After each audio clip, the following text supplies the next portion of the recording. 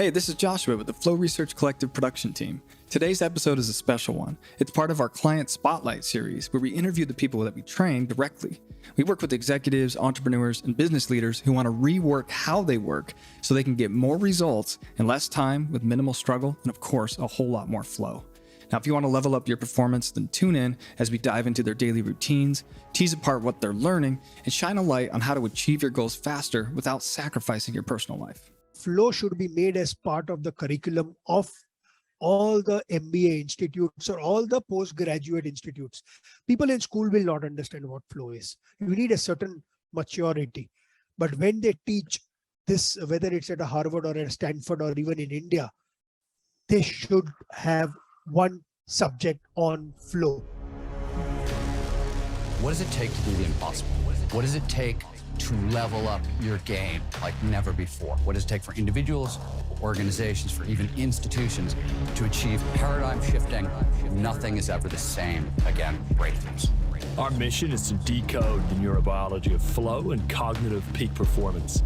Access the minds of maverick scientists, groundbreaking innovators, and world-leading experts to understand what it takes to achieve ultimate human performance, so you can feel your best, perform your best, and accomplish your boldest goals.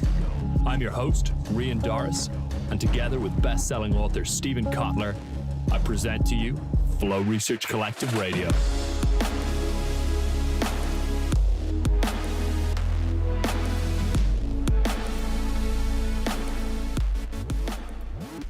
The way I know you, actually, I don't know a lot about you. I haven't gotten sort of your bio and your extensive professional background, but the impression that I have is that you bumped into Rian at a conference, I think earlier this year, and he had taken a selfie message of the two of you, and he sent that to our team, actually. Oh, and okay. he was so enthusiastic, and it actually brought a lot of energy to the company. So tell me about that moment. Why were you so enthusiastic, and how did you come to know Flow Research Collective? So easy and a tough one to answer. Sometimes I get emotional when I talk about it, and I told that to Rian as well, because there are times when you sometimes don't realize what you are getting into. It's only after a while when something like this has a very profound impact, not just on your life but on your lifestyle. It somewhere goes on to redefine who you are as a human. That's where you realize, and that's why I have so much of fondness for everything and everyone at FRC. And I just saw Rian the other day. I couldn't help myself walking across, paying my gratitude and debt to him and thanking him for what FRC and all of you guys have collectively done to me. And I just went across and said hi, and then we dispersed. It was a 3-day event of Peter Diamandis. And I think the third day, he just suddenly said, "Ki Prashant, can we do a small video together?" I said, "You're asking me?" Obviously, you saw my enthusiasm when you guys reached out to do this pod as well, right? So zero to dangerous flow. For me, I write about this extensively on my LinkedIn as well. For me, it has been a life changer. I won't even use the word game changer, right? It's completely redefined me as a person. I am a version 2.0 thanks to FRC. So yes, it's been I just can't even describe in words what this is meant to me. Oh, well, thank you. Your words do carry a lot of weight, and it was transmitted into the team. So with that transformation that you're talking about, whether we took part in that or there were other influences in your life, this period where you went from zero to dangerous, can you take us back to the zero bit and talk us through that change? Yeah, so I ended up. It's very interesting. I mean, how I got to know of something called as flow. In my dictionary, the word flow didn't exist. The flow as whether it's a Stephen or Mihai describes it, right? Flow, you used it more as a verb than as a noun in that sense. So this was COVID, and I was just off my entrepreneurial venture, where I was trying to build a truly Indian sports brand, and I failed miserably in that venture. I lost 80% of my lifetime saving in a period of 30 months. And then, I shut that business down. Then I joined a private equity firm. My whole life has been in the financial markets. So I joined a private equity firm. I was just easing into my new role, and then COVID hit. And when COVID hit, all of us had a lot of time in hand. And you are spending time either reading or watching Netflix or seeing Insta. And I followed Novak Djokovic on Insta. And actually, Novak Djokovic is how I got connected with Steve. So in that particular live of Novak Djokovic, he had got Jim Quick to come, and Jim was just launching his book called Limitless. And in Limitless, when it goes to the method section, there is a chapter on flow. And in that Insta live, Jim Quick spoke about flow, and he spoke about Steven. And I, after that Insta live, Googled what flow is, Steven Kotler is, watched a couple of his videos. And I just found it very intriguing. What is this something called as flow, an optimal state of consciousness where you perform your best, where you live your best? And I was certainly neither performing my best nor feeling my best because of what had happened to me. And I like to experiment, but I have only one rule when I experiment, is when I experiment, I will take my time to experiment, but I will then completely trust the person whom I'm experimenting with. So I went into Zero to Dangerous with full conviction, knowing that I know nothing, and that I will listen into everything that you guys teach with a very open mind. If there are things that I need to practice, implement, I will do that with complete honesty. And I guess I did not know what a ride of a lifetime I was in for, right? And it just took me from zero. I still don't know whether I can call myself dangerous, but I know I'm not zero anymore. And it's just had that level of profound impact. So Thank yes, you. thank you so much. I have to highlight you celebrating one of the values that we try to instill amongst our own people internally, but also with our clients, which is this idea of a beginner's mind. Because if you start this process without a clean state, without that open-mindedness, without the grasshopper hat, and be willing to take it all in, sometimes it's a much more difficult journey. So the fact that you did that was a testament to you and how much you were allowing yourself to transform. So was there a moment in the program where stuff started to click for you? I mean, what were some of the highlights that really were instilled? And you don't have to talk about specific chapters or anything, but just from a personal lens. So what I realized is at its core, so I used to be a half marathoner. I've done about 40 time runs, and I could relate a lot back to being in the zone or having a runner's high kind of told me where this all was going in. One thing which Rian talks about a lot initially is that at times a lot of what you are seeing, hearing may not make sense, but go with the flow. At some point of time, the pattern recognition will come into play. You will connect the dots. The mind will do its own bit. And I guess towards the later part, I think week 4th or when the week on the positive psychology basics started, I guess that's where everything kind of somewhere in my mind begin to make sense.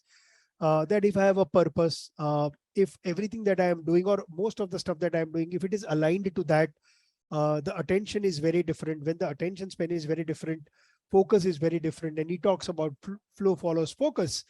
And it just kind of tends to make sense. And then when you realize how do you get that purpose, how do you be in focus, the whole positive psychology piece kind of helped me a lot to do that, by which time I had already started implementing my morning routine and my evening routine. So I had already bought back a lot of time, right? And now I was utilizing that time to do something more. And what I did in that extra time that I got from thanks to FRC was I started writing down the reasons why I failed in my entrepreneurial venture, which then turned out to become a book, which HarperCollins published it. It's done extremely well, where only 2 things I talk about. I talk about very honestly, why I failed. And I also did the Flow for Writers course, and there Steven Kotler teaches us how you can steal a style, right? So I stole from the book behind you, The Art of Impossible. And I was doing a live TV interview on my book. And I kind of borrowed that idea from Steve, and I said, I have a small why I wrote a book, and I have a big why that I wrote a book. And it's tough for me to pinpoint one or two things. I think if you are somebody who's really want to get very productive, uh, bring that purpose in life so that everything that you do makes sense to you, so that it doesn't look like the stir piece that Steve talks about, right? Whether it's feeling effortless, whether where the sense of time goes away, you lose your sense of self, everything that flow represents. For me, and I keep going back, I mean, every 3-4 months to hear that whole piece where he talks about how flow came into being from Young to Mihai to William James. And I love history, I love academics. So from there to then going towards the last part of the course, where finally everything comes together, from your MTP to today's to-do list, how you should celebrate small wins. Uh, I can go on and on. Sorry, we don't have so much time, but apologies for that. But that's No, the level that's of profound impact it has had on me. Um, it just feels like yesterday, and now it makes sense, right? Because it made so much of sense, because my focus, my attention was so sharp when I was doing the course, when I was taking down the notes. All of this, I don't have to go through now books to remember that. It's got into my long term memory. I talk about it almost every day to somebody or the other, Amina. Well, let's talk about this integration piece, because I think sometimes in the learning process there's a belief that once you graduate you can put on that fancy cap and have the certificate and you've arrived to this learning, this precipice. But obviously I see compounded effects of the principles that you picked up in the course, and they sound like they are kind of embedding in your life even more right now. So what's been the snowball effect of becoming Massive. more dangerous, as you've said? So let's Massive. maybe, if you're somewhere asking the before and the after, what does the after look like? And I look at the current after as the before, because there is a new version 3 I need to work on.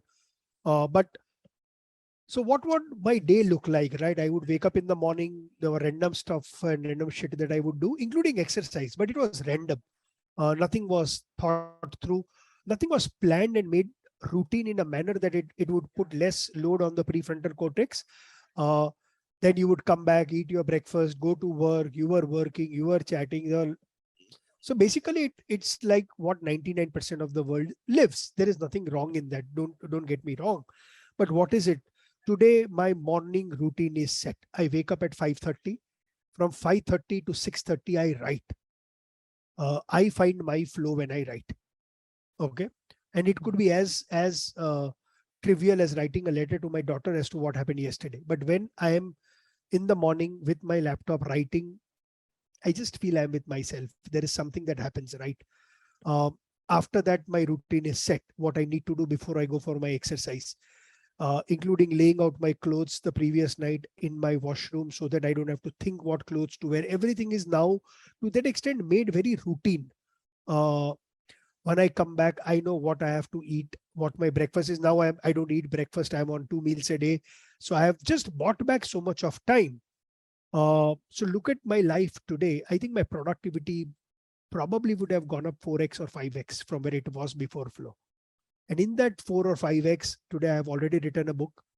I have now become a longevity biohacker. There is a lot of stuff that I do on longevity. I share with people on longevity. Initially, I had also become a financial influencer, but then it conflicted with what my firm used to do. So I backed out of it. My weekends are jam-packed. I don't consume on weekend. I only produce on weekend. I go and give lectures to kids, universities. I don't work more than 7 hours a day. I read at least 1 hour a day. I am reading between 50 and 70 books a year. But more importantly, I'm teaching those books to people. I have already taught 25,000 people how to become a trained speed reader. I am now so if you look at, there are now more dimensions to my life. I am spending quality time with my friends.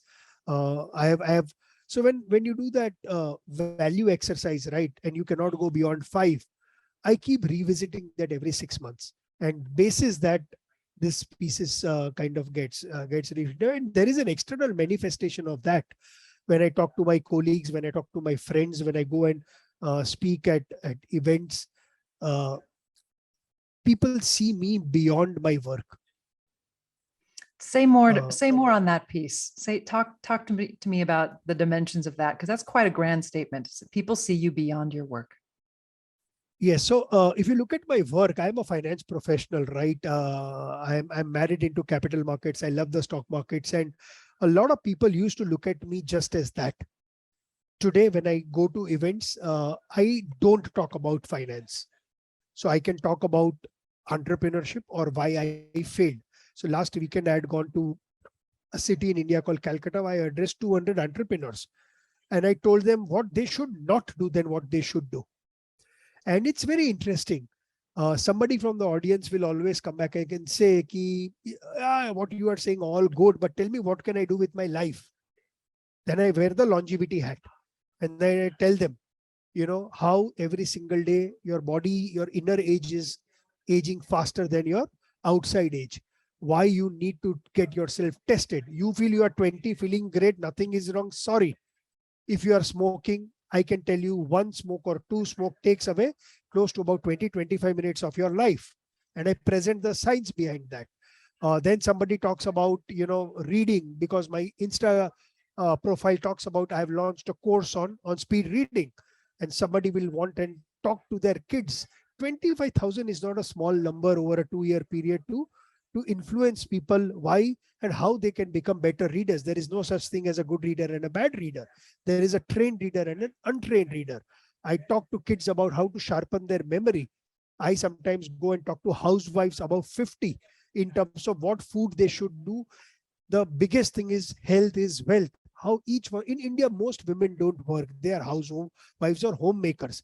How they can add years to their family's life by just tweaking what and how they cook.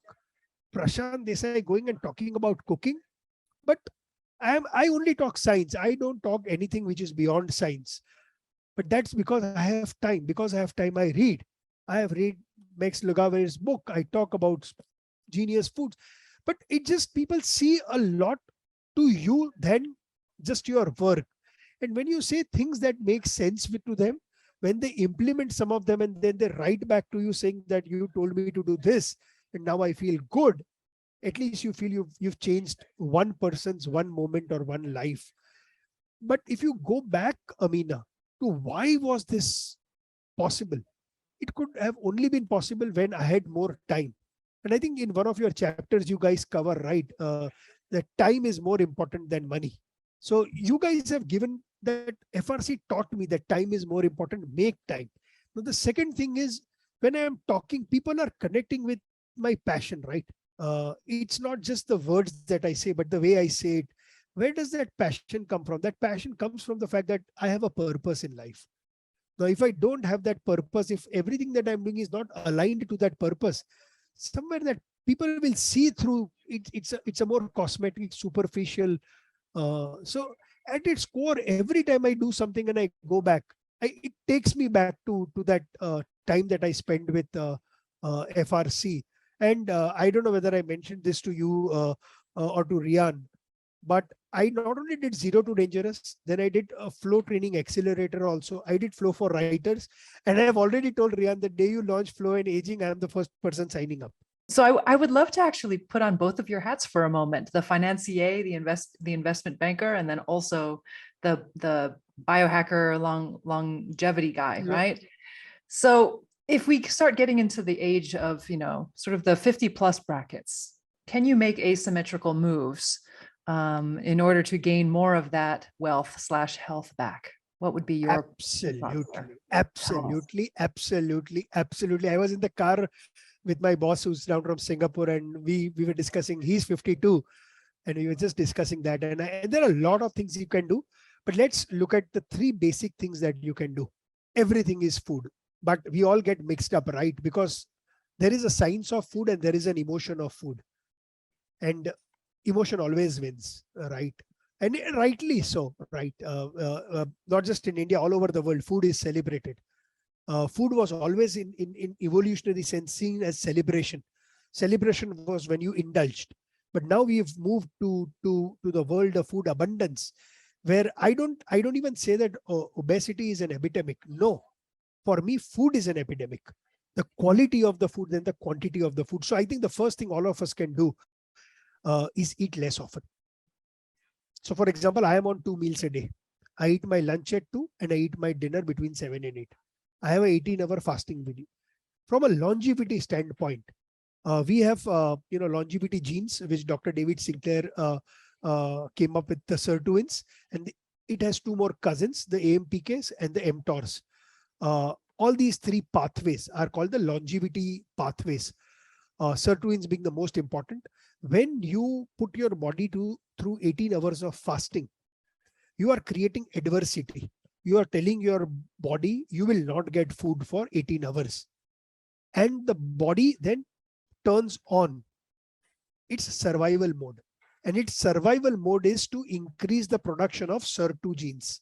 Sirtuins, AMPK, mTOR, as these 3 survival pathways get activated because of 18 hours of fasting, essentially you are getting younger, because the body is now setting up mechanism to survive, which is the strongest evolutionary mechanism. So that's the first thing that you can do. Remove snacking, remove midnight snacking. Please omit breakfast. Breakfast is not the most important meal of the day. Sorry, science doesn't support that. But how you break your fast, I break my fast with lunch, is important, right? Remove sugar. Sugar is poison. Stuff like that. So that's first thing everybody can do, irrespective of 20, 30, 40, 50. Because in 20s also this is as relevant. Because when I reflect back on my age, the mistakes that I made in my 20s compounded and made me, I was 92 kgs, Amina, before this. I last week did a post on LinkedIn showing my before after picture. So that's first thing you can do. Second is exercise. The highest ROI from a longevity standpoint is exercise. Not people realize, but your muscle is your biggest weapon when it comes to fight aging. When you eat more glucose, more sugar, that caramelized glucose that floats in the blood ultimately will get absorbed by the muscle. And you have more glucose in your muscle is getting weaker. How do I make the muscle more? How do I use the glycogen that is stored? Through exercise. So the highest ROI is exercise. Third thing, which I learned from FRC, which works brilliantly well, is sleep, sleep, sleep, sleep, sleep, sleep, sleep, sleep, sleep, and sleep. Say it one more time for our audience. Sleep. 8 hours, but not the quantum of sleep, my friends. Quality of sleep. What's your REM sleep? I wear a Whoop. I measure my sleep every single day. I spoke to you about my pre-COVID times. My resting heart rate was 62 or 63. My resting heart rate today is 50. Usain Bolt is at 45. It's funny. I think they've actually lowered the sort of the resting heart rate average when you do body health checks, because the mean average of populations had gotten so out of whack. Yeah. And then when you get into deeper quality of sleep, then dark room, cold, no device for an hour. Once you decide I want 8 hours of quality sleep, it's not going to happen overnight. You will have to do something. You will have to take your sauna. You will have to take your cold shower. I do that 6 days a week. Cold room. It's okay to be bored for half an hour in a day. Just lie down, sleep will come. But that sleep that comes is so important, right? I think the biggest contribution FRC made to me was not just making me productive, but making me realize that sleep is the most important. And I think somewhere, Rian mentioned in the lecture that sleep is a flow state. For me, it was poetry. These are such important points. And I know that the 3 that you just touched upon, they're kind of like, they're the rubric that's told to us throughout life, food, exercise, sleep. But to break it down in a system from whence you just did, that makes sense. And stressing the importance people of it. don't give it time, right? Everybody thinks that I have started fasting in a 1 week, I want to see the weight coming down. No. Any habit takes anywhere from 30 to 90 days to get formed. So when did it click for you? When did For it me, become automated for you, all of this? so I have now been on 2 meals a day for about 5 months, 1 month. Mhm. But It I took you one- started slow. Today, my post on LinkedIn goes live on that. I started first eliminated midnight snack.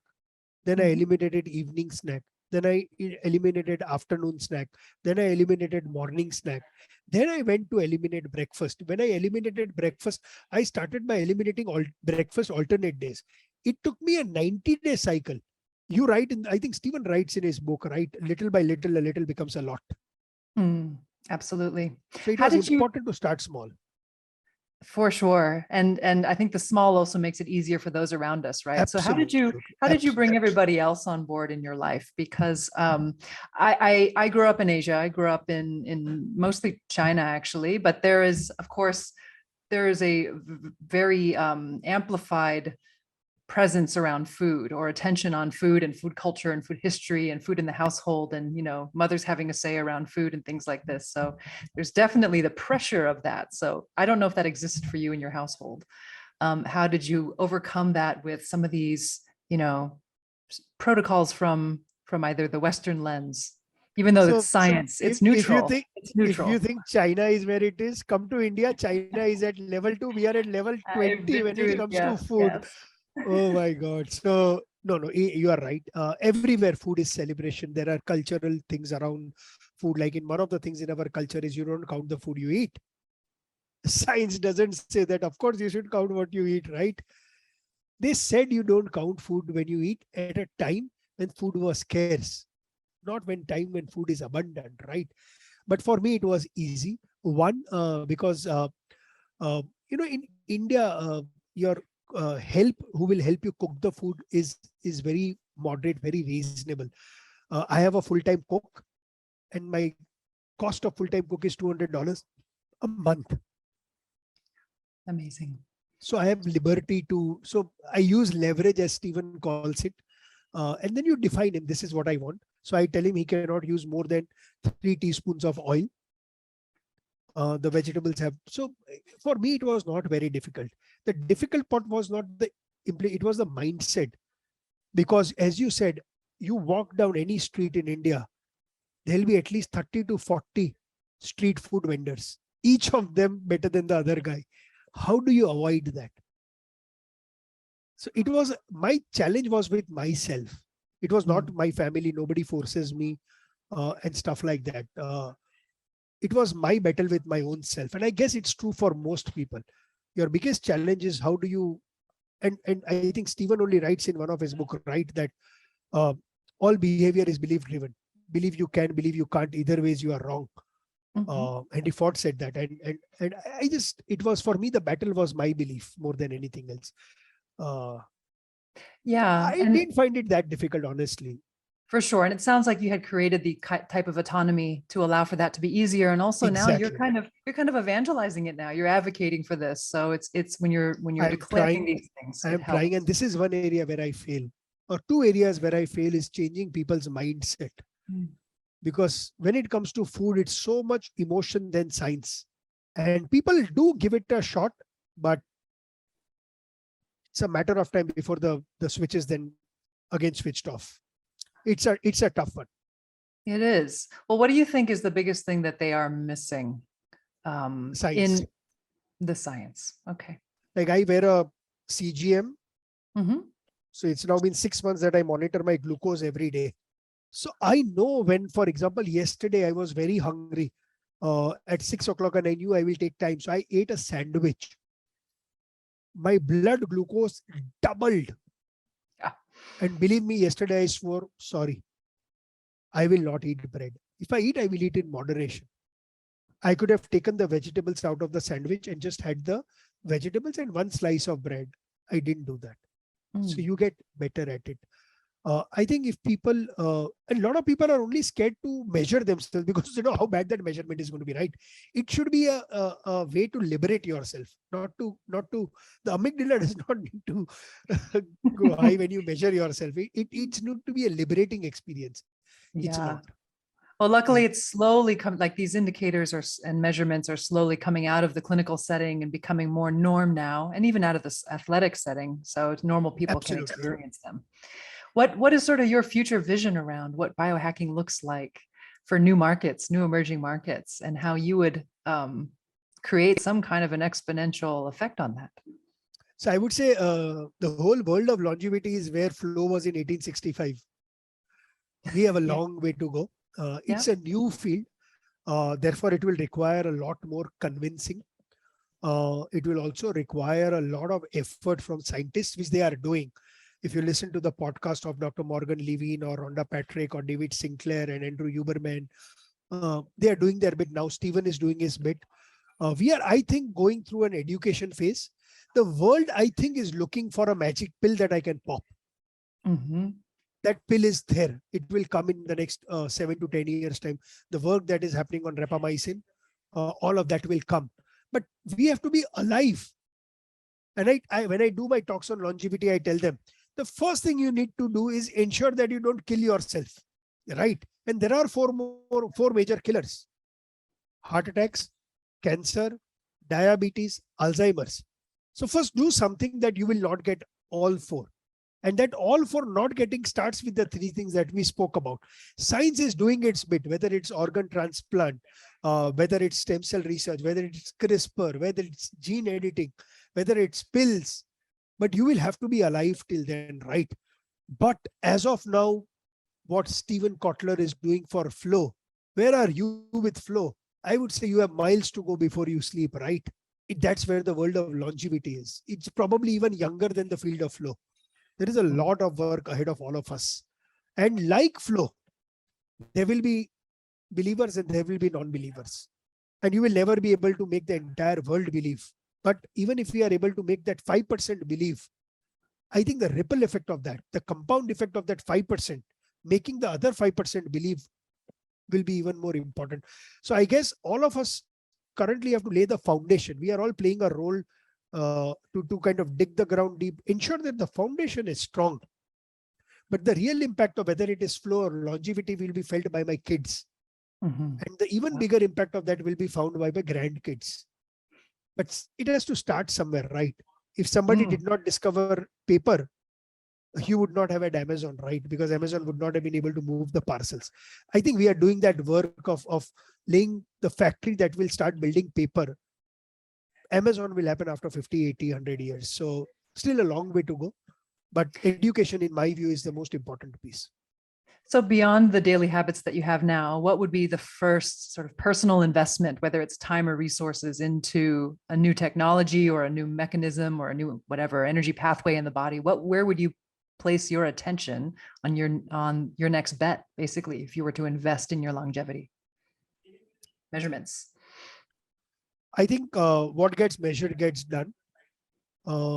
I want to spend time educating this. First, you have to figure out what your biological age is, right? Then you know where you stand. Till you know where you stand, how will you work upon it?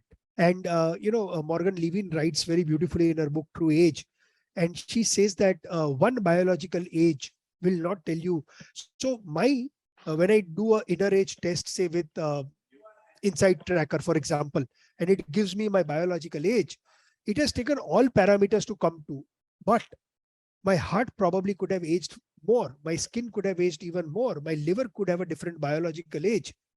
And I think over the next 12 to 24 months, we will move from a single biological age to multiple biological age. So biological age of your brain. Today I have a 7 o'clock call with a scientist out of US in Silicon Valley. He's an Indian, Sean Patel, where he's doing a lot of work. How do you measure what's your biological age of your brain? What is the biological age of your eyes? So I'm betting a lot more on variables. I think it's the med tech world and the prevention side is, in my way, I would want to bet very big on that. It makes a lot of sense. I can't imagine even more dangerous you with all your dangerous organs. I hope to. I write in my MTP, I say, is to make people live 100 plus, but younger, disease free.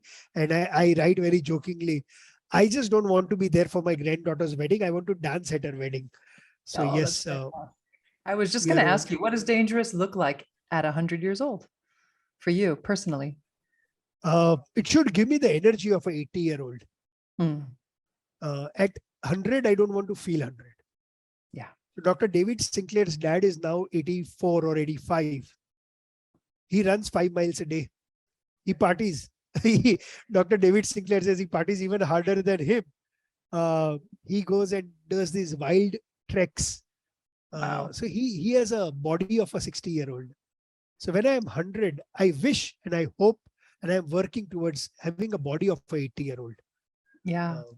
Oh, it's nice to have these things to look forward to. Look forward to aging than to dread it, right? There's a lot of it is mindset. Is there anything that you'd love to either share with our audience? You've done a lot of sharing, but is there anything you'd like to sort of, throw out as an ask for the audience too? Or even please do mention your book, because you something that you recently wrote and completed. So share a little with us. So the book I wrote was Why I Failed. I lost in Indian currency. I lost 30 crores in 30 months. 1 crore is roughly about 200,000 US dollars. So I lost $200,000 a month for 30 months. So that's the kind of damage I did to myself. And during COVID, I was thinking, your first phases of denial. You think the whole world has conspired against you to fail. You've done nothing wrong. But it's when all of these kind of subsides and in COVID, you had a lot of time, and I would see my daughters running. And I honestly told myself that it's not my wealth that I lost. It was their wealth that I lost. And at least I owe it to them, at least to be very honest with them and tell them how their dad lost so much of their wealth.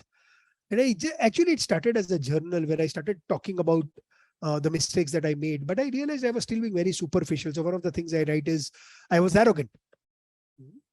You were arrogant means what? It doesn't mean a shit. But tell people, why were you arrogant? So when I went second level why, third level why, fourth level deep to the first principles, I realized I was arrogant because 5-7 years before I did my venture, I met with a lot of success. And that's what I write about, how success makes you arrogant. That somewhere comes in. I write in my book that the worst of the mistakes are made in best of times. So I explained that, right?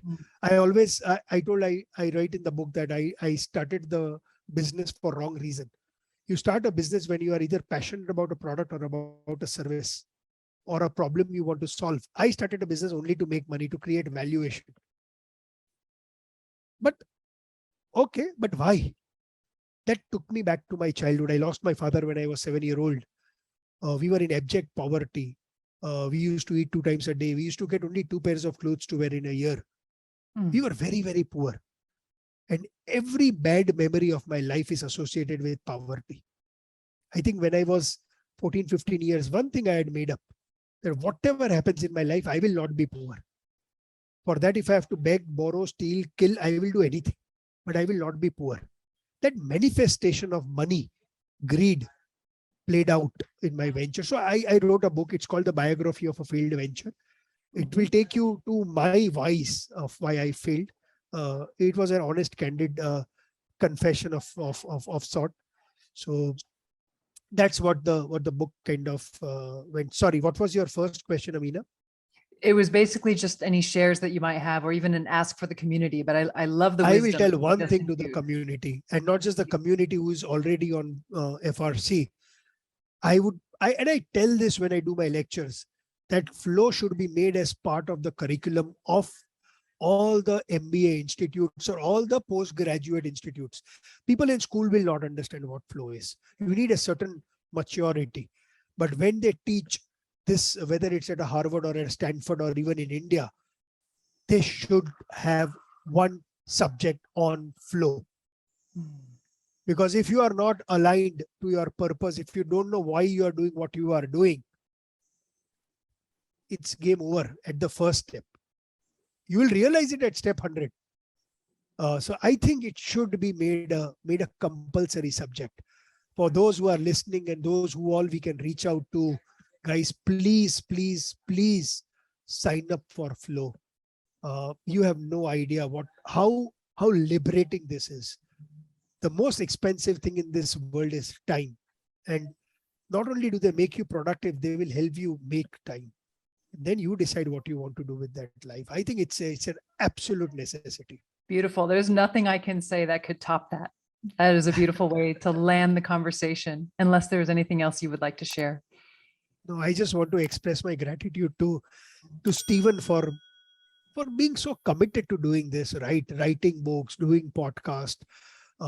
It requires very different, thought process to kind of being able to do that. And the entire team at FRC to follow that man, his vision.